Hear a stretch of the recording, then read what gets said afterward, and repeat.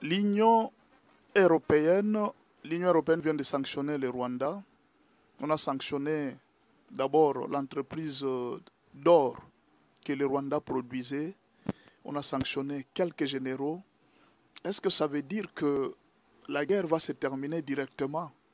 Non, ce n'est pas ça. Quel est l'avantage de ces sanctions vis-à-vis de la RDC? Ça ne veut pas dire que ça termine la guerre.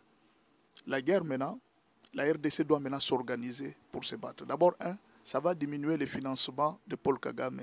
Et puis de deux, ça va diminuer les appuis de Paul Kagame et ses mouvements de déplacement parce que beaucoup de gens qui travaillent avec lui commencent maintenant à avoir peur.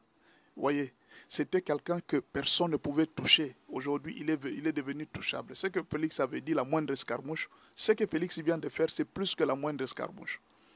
Le président russe, Vladimir Poutine, avait conseillé au président Félix. Il lui avait dit, n'ose jamais déclarer la guerre contre le Rwanda. Si tu oses le faire, tu risques de perdre la partie de ton pays. Reste toujours dans la raison. Voyez un peu. Ça, c'est les conseils que Poutine lui avait donné parce qu'il connaissait les enjeux de cette guerre. Mais maintenant, là, les avantages que la RDC a, c'est juste s'organiser, organiser son armée, et puis c'est fini. La guerre va se terminer parce que tous ces gens-là, ils sont maintenant dans la peur. Ils sont en train de vivre dans la peur. Vous voyez, la preuve est là.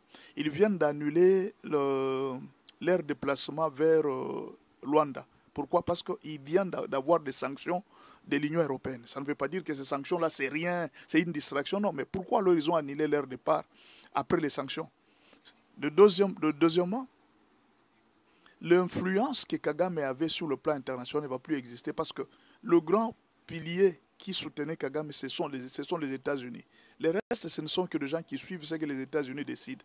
Tu ne peux pas dire non là où les États-Unis ont dit oui. Donc la vraie guerre qu'on avait, c'était avec les Américains. Si la RDC vient de faire les deals avec les Américains, vous voyez, les sanctions commencent à tomber. L'Union européenne avait refusé. Combien de voyages le président Félix a fait en Europe où il n'avait même pas de gain de cause et tout le monde s'est moqué de lui? Si aujourd'hui l'Union européenne doit condamner il y a beaucoup d'avantages pour la RDC. Il suffit juste que la RDC s'organise, organise les Ouazalendo et la guerre va très bien se terminer. On n'a même pas besoin de cesser les faits, ni même de quoi, non. C'est juste de s'organiser.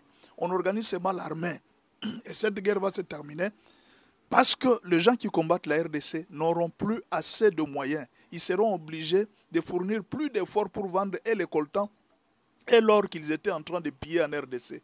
Alors c'est le moment que la RDC, pendant que le monde vient d'affaiblir Kagame, c'est le moment où la RDC peut profiter pour s'organiser sérieusement. Voilà pourquoi nous demandons au président de faire vite, d'organiser l'armée et de mettre tous les gens en bataille